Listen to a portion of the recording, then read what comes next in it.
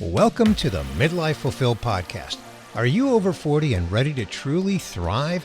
Well, on this podcast, we go deep on ways to thrive across the 5 pillars of midlife: health, fitness, career, relationships, and legacy. I'm Bernie Borges, midlife advocate, life coach, and your host. Subscribe now and get ready to thrive. Chris Bjorling, welcome to the Midlife Fulfilled podcast, a vulnerable conversation episode. Hey, Bernie, thank you so much. It's been fun getting to talk to you and meet you over the last several weeks. This is great. I look forward to just sitting back and chatting with you. Sitting back and chatting. In fact, that's what vulnerable conversations are all about. Let me tee up just a little bit of an introduction for you, Chris. I know that you are a very successful business person. You have led a company called Fidello for, just a mere 38 years. So you've been doing it just a little while, and Fidello is all about crafting custom talent management solutions. And over the 38 years, you've worked with numerous brands. We could probably take a half hour just listing them all, but we're not going to do that. I also know, Chris, even though I haven't known you very long, that you're much more than just a business executive. You have a passion for the Cub Scouts, you have a passion for your church, and you have a passion for your work as well. And so let's have a conversation about one of my favorite pillars, legacy, and how you are focused on your legacy across those 3 areas of your life: work, Boy Scouts, and church. Where would you like to begin? It's been one of those things that years ago, I got to listen to a speaker and he was spectacular. He talked about making your vocation, your job, your avocation, your love. And, that's an interesting twist and a different piece for me as I started through it, because there was a lot of tactical early, but then as I continued to grow through my career and things, it kind of nested. It kind of said, these things all merge together. What you're doing with clients is the same thing you can help with Boy Scouts, whether it's with a young man, and we now young women that are in the program, or leaders, as well as then in church settings. Like, how can you use the talents that you've been gifted with and move forward? And so that process of that avocation across these 3 bands really has been kind of a life force for me since I went through that conversation or heard that speaker. Okay. So I'm gonna key off something you just said. You said use the talents you've been given. So over the decades, because you and I are probably around the same age, give or take. And so over the decades, have you discerned how you deploy those skills and talents that you have been given? Well, I think it's inherent to most anything I have to do now. Okay. I think it's something that, because we're of that similar age, which is more than probably midlife, or let's think of it as midlife. I should rephrase my frame on that one. So, as we look at it, it's kind of become second nature just to kind of bring these pieces in together. And it's always focusing on the individual, whether it's an individual company or a person or an organization or, whatever, regardless of where the setting is. How can I be of influence to that individual? How can I share those experiences that I've had? Oftentimes we're talking because there's a need. Okay. Whether it's a need in a business environment or whether it's a need for helping a youth, achieve a merit badge or moving forward that way, or just helping people at church, when you're talking and working within a congregation or with people along those lines, there's often a need. And sometimes that need is just smiling at somebody, so I'm kind of jovial. I think life's too short that we can't be serious all the time, regardless of the setting we're in, right? Even in a work environment. So how do we move forward in a happy way, moving it to the next level for each of those scenarios? Because the reality to me comes back to one of the passions I've had, and you kind of put this in the intro, for the workspace, was creating custom solutions. And we joke beforehand, one size does not fit all. So if you go to my website at some point in time, you'll see that phrase there. Or if you find some articles on me online, you'll see I quote that, because my point is that helping somebody is not the same as helping the next person. Okay, helping an organization is not the same as helping the next organization. There are variables that are out there. There are things that are different. And so that's where I love it now in my experience. I'll sit there in position specifically for church and think, wow, 25 years ago, I could not be in this chair. 25 years ago, I could not be helping an organization, this congregation or whatever, because I didn't know enough. I didn't have the right empathy levels. I didn't have the right understandings. And so when you look at a legacy concept, it's, you build to a crescendo, I think, over time when you start going through these pieces and you start to realize, if you can realize, and that may be one of the things people don't, they compartmentalize too much. But when you realize that your experience in one environment may be perfect for the next environment. When I was developing my 5 pillar framework, I developed the first 4: health, fitness, career, relationships. And I knew there was another one, and I kind of got stuck. And then it came to me. It came to me. And the way that it came to me was not initially with the word legacy. The way that it came to me was, how do you want to be remembered at your funeral? And that's how I answer the question when someone asks me, "What do you mean by legacy?" And I answer it that way, like, "How do you want to be remembered at your funeral?" And these days, I'm sure I don't have to tell you, Chris, a funeral is both virtual and physical, meaning people physically show up who are in the area or perhaps travel to it, but people also zoom in or dial in virtually from wherever. And oftentimes it's people from different parts of life. So I'd love for you to reflect on that. I mean, how many different parts of your life are going to be in attendance at your funeral? Great question. First of all, I've thought this one out before, and I plan to do my own eulogy. I'm going to record it while I still am mentally capable, and give it that way. That way, I understand what's being said after I die, right? So, but yeah, when you ask that question, that's a great question. So I'm going to have people. I was at a 40th reunion, high school reunion a few years ago, and my old chemistry partner said, "Chris, you've changed," and it's like I wasn't this shy. Well, first of all, I wasn't the skinny, blonde headed guy, right? One, but two, I wasn't this shy guy that was just kind of there, right? And so I've been able to break out of some paradigms that existed when I was younger, right? So you're going to have some of those crowds that, hey, knew me when at this stage, at that and there. And so they may come and they may hear the different sets of stories, hopefully, about me when, I was at different aspects of life. And then you're going to get the family friends and they're going to come in, they're going to know, and they're going to be grateful that I'm dead. No, I'm just kidding. Um, they're going to come in and, they're going to have that moment, like, oh, I remember when this happened or that happened, or he did this for me, or I did this for him. And I think one of the things we didn't mention in my intro is I have 7 children. So, 5 of those are married, and we have 7 grandchildren, 8th on the way here momentarily. And we'll have more as that goes along. But, so you're going to have the friends there, and each one of my kids is going to have a different story because, uniquely, this is one of the things that I figured out early in my career of having kids was that they're all different. I had Mhm. to teach them differently. I had to, talk to them differently. I had to work with them differently. They were all unique in that space, and so they're going to have stories with their friends. They're going to have stories amongst each other. When they're there, and then I may have some work associates there. Some people that worked with me through just work, but also I know I also have a lot of people that worked with me through church and through scouts, and so they're all going to have a different flavor of this is that angle side that we saw of Chris Bjorling. Okay.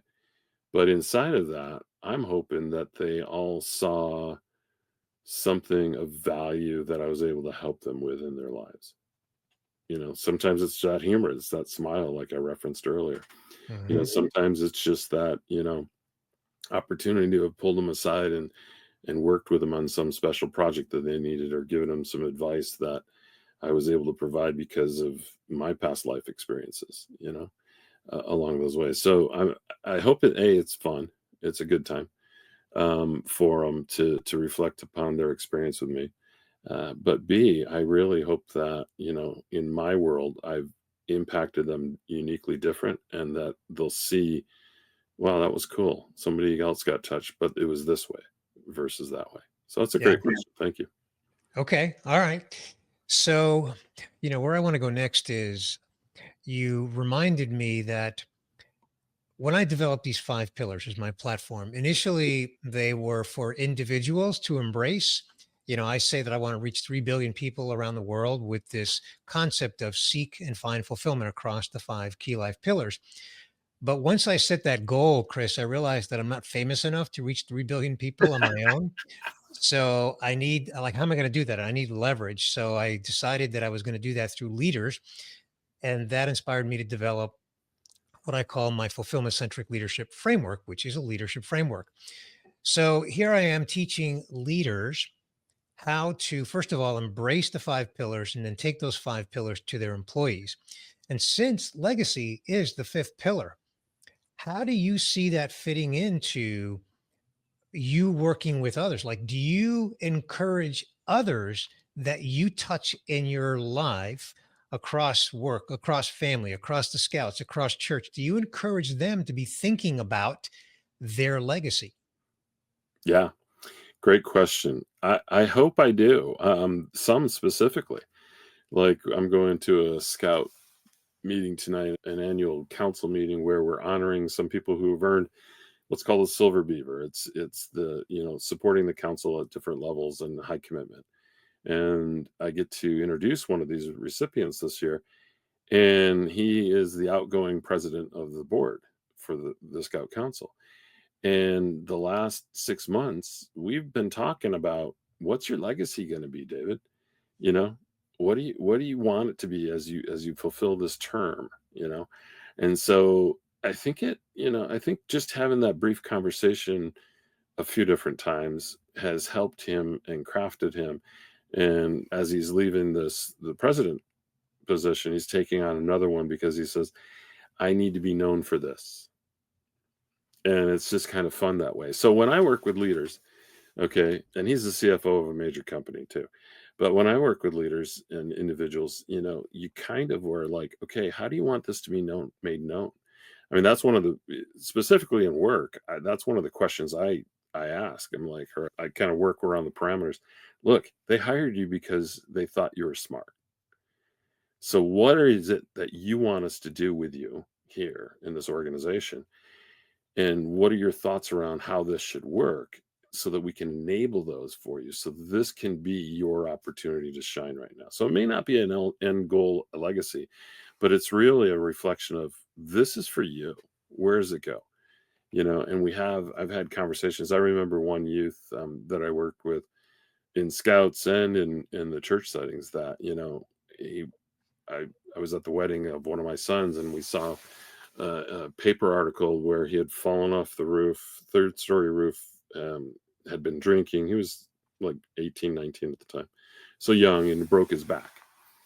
So I hadn't seen him in a while. So when I get back from the wedding, I see him and I just start laughing. I said, well, that was the dumbest thing I've ever seen. And he starts laughing back. He goes, yeah, it was. But from that point in that conversation, and that was a monumental moment for him. But from that point forward, we had this bond. It may seem strange when people listening say, "Well, I can't believe he did that." Well, I did. But from that point forward, we had this bond where he then went off and served a 2-year mission for our congregation, and he came back, and then he was hemming and hawing of going to a college setting, and I said, "Look, I will pay your first month's rent." And then the next person next to me said, I'll pay your second month's rent. And then the third. And then ironically, after we paid these things, we find out he got it all free anyway. But that's another story unto itself. But Sounds like it. Yeah. and then he married. And so when he got married and stuff, so when you look at that concept, he came from a part native family, American family, and moved forward and just, was the first to get a bachelor's degree. And then he married somebody else who's working on her master's or doctorate right now. And so what a change in that world just from having Mhm. that one moment. Now, for him, it was having that experience, but for me, it was picking up that experience and kind of helping him through the next phase. So you've recognized the opportunity. Yep. The word that comes to mind is calling. Like in the moment, you felt called or led Yeah. to have an impact on this gentleman, and you stepped up. You heeded the call, so to speak. Did Okay, did not hesitate. Yep. Exactly. okay. So, Chris, I feel compelled to ask you a question that I've actually never asked on the podcast before. So, well over 200 episodes, and I've never asked this question before. So, you are the first. So, I'll preface the question by referencing the name of the podcast. It's the Midlife Fulfilled Podcast. And I named it that very intentionally because I did want to talk about the things that we experience in what I call midlife seasons. It's not a specific age, it's a range of decades. And I wanted to talk about fulfillment. So I was asked recently, so Bernie, is it more about midlife? Is your podcast more about midlife or more about fulfillment? I had never been asked that question before. So I didn't hesitate too long because I know the answer. The answer is it's more about fulfillment than it is about midlife, to me anyway. So my question is, when you think of legacy and you think of fulfillment, what does fulfillment mean to you, Chris, in legacy? That's a brilliant question. I think it's there. I think, there's a couple things. One, as you talk about these decades and you talk about midlife or you talk about this and I joked about that. A lot of times when we're younger, our heads are down. We're rushing to the next thing. I got to fulfill this. I got to do that. And it's not a fulfillment of personal satisfaction. It's a fulfillment of checks and to-dos, right? You got to go through that. But when you can start to look back and say, okay, this is kind of, my trajectory. All right. I may not get 3 billion viewers or 3 million. What did you say? 3 billion or 3 Three million? 3 billion. I want to Okay. reach 3 billion people. I may not get 3 billion viewers right away, but what have I been able to do and where have I had impacts? And so that fulfillment comes back to looking at it and just saying, wow, look, I've got things that I've started, the things that I've helped people with, things that I've focused on.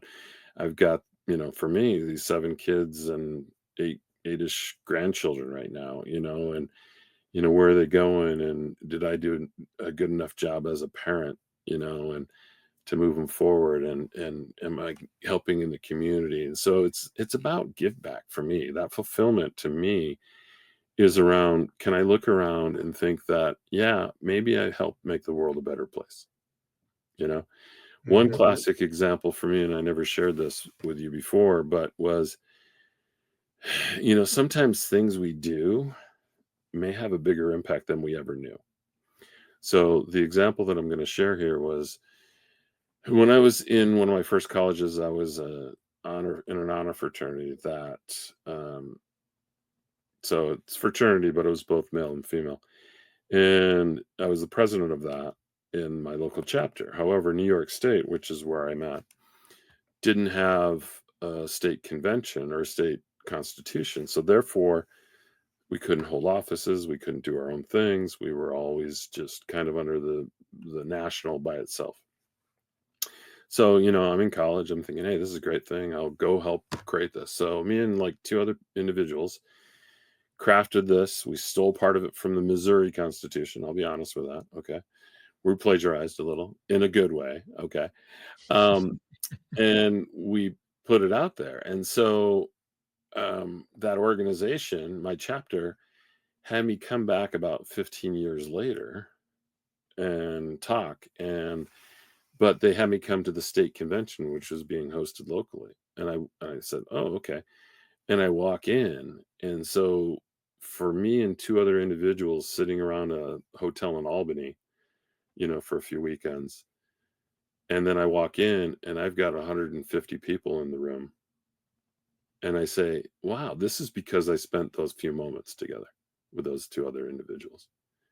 And for me, that was a fulfillment in my heart that said, well, I never thought really much about that after that time. But now all of a sudden I'm seeing this and I'm seeing that the positive impact that just such a small moment of my life had for others who I didn't even know, and if I think if we reflect back on that, it's there, in the corporate world, if you help somebody advance their careers or if you help them prepare for their next job, and then, down the road, they're the CEO of some organization or they're doing things. And, it's just sometimes we don't know from our actions what the impact's going to be.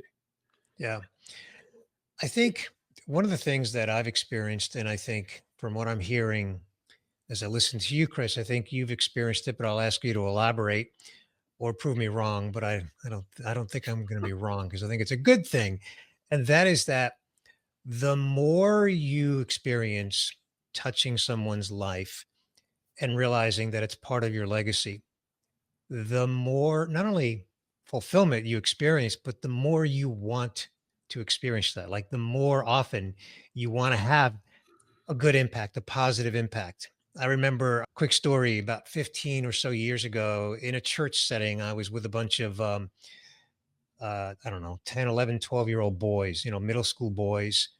And I felt like I was herding cats on Wednesday nights. It was a frustrating experience. And then about a year or two later, I ran into the kids at a big event with their parents, and their parents thanked me for my influence on them. And I thought I was just herding cats. I had no idea I had an impact on them. And, that's one little example, one moment in my life that was reinforcement of having a positive impact in legacy and reminding me, like, yeah, I not only want to do that, I need to do that more. Yeah. Yeah. I think that's huge. So yeah, I'm not going to debate you on this one. From my perspective, um, those little known things are important. So I had the chance to talk to in his world, he's very famous. Okay. But we were youth together, single adults together. Okay. So we were not married, but we were in the 20-some-year-old range. He was getting his master's or his doctorate in this. And I just joined the committee he was on. And he wrote me a nice note. Okay. A little card. Probably didn't think twice about it. But the message he had in there impacted me. And so I lost my brother a few years ago and much too young. And so I kind of now I'm going back to people and saying, thank you. Thank you for being that influence to me. Thank you for doing this. So I said to him, I saw him just recently, and I said, I just got to say something. You probably have no clue of this. And I said, but this helped change me. This helped solidify some decisions I was making. And I'm like, thank you. And he's like, whoa, oh, okay. And it was there. I remember also working with a friend of mine who ended up being a two-star general. And I said, hey, you influenced me. He goes, oh, some influence. Now he had some issues, like a divorce and some things. Some issues I screwed up. I said, no. I said, that's normal. I said, but when we were together, you impacted my thought process. You impacted my value structure. You impacted these things. And again, like you say, I'm herding dyslexic cats. Oh, you didn't say dyslexic, but I'm herding cats on a Wednesday night, right? Yeah. Those influences or those moments, again, like me sitting at a table in Albany, spending a couple weekends. Wow, look at the change it made for people. But in this case, it's like for me, it's like the change it made for me. So I agree. We may not know, and sometimes we may pass off those moments. I joked one time because this was a question was coming up. Somebody said, "I'm not prepared to give this lesson." Okay, and it was a church-based scenario, and it was on service, right? And so he goes, "Can you do something?" No, this was when I was younger. Can you do something to kind of derail the conversation so I don't have to have this? I'm not exposed, but not being prepared, right? I said, "Sure." And so at the beginning of that conversation, I said, service is the most selfish thing that we can ever do. And everybody just flipped back. And I said, what do you mean? What? How can you say that? And I said, well, think about it. When you go out and perform an act of service, okay, whether it's individual, small, or whether it's with a group and you're doing some project, you feel good. It's hard to believe that you can feel negative, that you can feel hate, that you can feel angst, when you're out working for somebody and doing something to help them. And I said, "And those feelings are just so cool. Don't we all want those?" Yeah. Yeah. You know what? You remind me of two occasions in my life where I was asked by the family of an individual who passed. I was asked to deliver the eulogy. One just a few years ago, maybe 4 years ago, the other one more like 30 years ago. And Chris, in neither case was I expecting to get that request, that invitation. Of course, I was honored. Of course, I did it. And of course, I also prepared very, very thoughtfully. I Mhm. didn't just get up there and wing it, like I was very prepared. And in both cases, while I was not looking for any kind of pat on the back or recognition, but in both cases, I had a number of people thank me for, the recognition that I gave the individual and the things that were said and the way that I remembered the individual. And to your point, it wasn't my intention to feel good about it, but I couldn't help feel good that I had a positive impact, Yeah, you yeah. know? It's just the natural feeling. It's in one phrase of my business, it's called the spillover effect, you know? You go out, do this, and you don't expect anything, but the next thing you know, it's like, "Hey, that's cool, that's good." Or, I help some of these Eagle Scouts, candidates that on projects, and I drive by and I see the project still in place and think, "Oh, that was so fun to help that young man or that young woman, you know, do that," and then, watch them achieve that rank and then go on with great things in their lives. Yeah. It's so cool. It's there. Yeah. Yeah, yeah. So I think the takeaway for me from this conversation is that legacy is selfish, and therefore we should chase after it. There you go, and we gotta learn how to monetize it in the way too. Exactly. No, I think your legacy is something ultimately you want it to be good. You want it to be said that, I knew that person. Okay. I have one more personal story if I could, right? Yeah, yeah. So my dad dropped out and decided to go play in World War II, right? So Pearl Harbor happens. His dad was a lifer in the Navy, died in the 30s, but he decided to go play in World War II. Did 39 months of combat, came back, he was in the Navy, came back, was over German prisoners of war at the time, and great stories, different things along those lines, but never finished high school, right? I think it was when I was in my teens, he got his GED. Okay. So he was there, factory worker through and through, all this and that. So fast forward several years, and I needed a printer board. This is back when we had to do these LPTN, too many details, but a printer board into a computer to hook up your printer, right? And so I went and I stopped at this place. It was a brand new computer shop. And the guy there says, "So Bjorling," he goes, "Are you related to John Bjorling?" And I said, "Yeah, he's my dad." And he goes, "I got to tell you a story." I'm like, "Uh-oh." Right. And he was a gruff guy. But he said, "Yeah." He goes, "I went to work at this organization, at this factory, right out of high school, and I'm trying to make these parts. And they weren't coming out. They weren't mixing right. They weren't all this stuff. It was just failure after failure. Your dad comes by and he sticks his thumb on it and then changes the mixture and then does two other things and then he walks away and then he goes, then I start making perfect parts." And he goes, "That didn't happen once, that happened a lot of times." And he goes, "I was so intrigued by your dad's ability to do that, just coming in through and like touching or smelling or tasting." Yeah, yeah, I guess tasting's probably not good anymore for parts on lines, but coming and doing that he goes, "I went off and got my doctoral degree in rubber technology because it was a gasket company." And I'm like, "My dad inspired you to get a doctoral degree?" He goes, "Yeah, it was amazing." And I'm like, "He didn't do that to me." Anyway, but again, it's one of those moments Right. that, Yeah.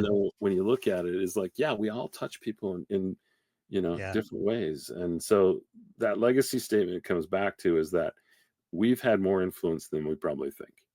And when you sit to a certain point in time in your life, take a moment and reflect. Take a moment and think back. Take a moment and plan your life forward to give back even more to the community, because your experience, your knowledge over the years makes you so much more of a valuable asset. I know everybody thinks, oh, I can ask AI. There's a ton of stuff that AI can't give you. And it's that heartfelt moments. It's that just a slight suggestion at the right time versus an overwhelming dearth of data, right? That can change the trajectory of a person, an organization, and a family. Great point, Chris, and a great point for us to wrap on. Wow, really meaningful conversation. Thank you so much. And Chris, let me just invite you to share your contact information if someone listening wants to connect with you and just kind of get into your world. Well, where can we send them?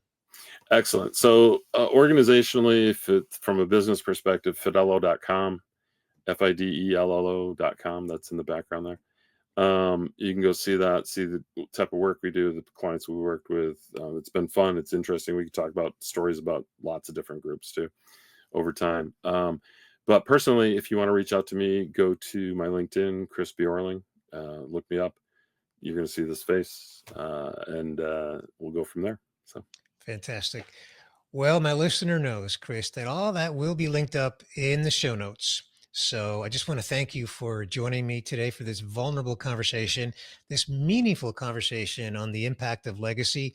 I love everything we discussed. I love the closing points you made. Just a great reminder that we don't know just how often we touch people and the impact that we have on people. And like you said, reflect on that. So thank you so much, Chris. I really enjoyed it.